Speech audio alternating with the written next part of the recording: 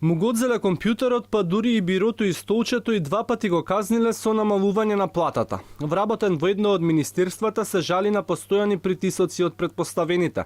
Уште лани добил наредба да го раздолжи службениот лаптоп со што останал без основно средство за работа. Но како што вели, тоа не е и толку голем проблем, бидејќи воопшто не добивал задачи од раководителот. Во меѓувреме од канцеларијата му ја тргнале и работната маса, но по неколку дена му ја вратиле.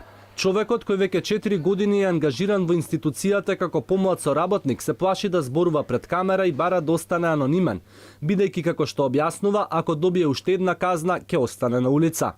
Обвинува за селективност, на два пати му била намалена платата за по 20% бидејќи не се отчукувал при излегување. А во списокот за редовност кој го достави до Алфа се гледа дека повеќемина го немаат евидентирано работното време, но тие според него минувале неказнати. Дополнително во решенијата кои ги добил била погрешно наведена неговата работна позиција. Ова е само последен во низата случаи во кои администрацијата се жали на притисоци.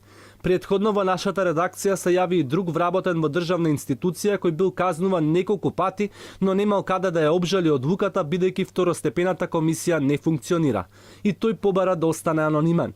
Раководителот цело време наоѓа проблеми таму каде што ги нема. Два пати до сега ме казнија за глупости, буквално. А најтрагично е што немам никаде да се обратам, никаде да се пожалам. Власта ги разреши членовите на државните второстепени комисии за инспекцијски надзор и прекршочни постапки, како и за управна постапка и работни спорови. Со ова е направен правен вакуум, па административците немаат каде да се пожалат доколку сметаат дека се неправедно казнети. На прашање на Алфа зошто е направено ова, Министерството за администрација топката ја префрли кај собранието, но ја обвини и опозицијата бидејќи тие ја блокирале работата на законодавниот дом.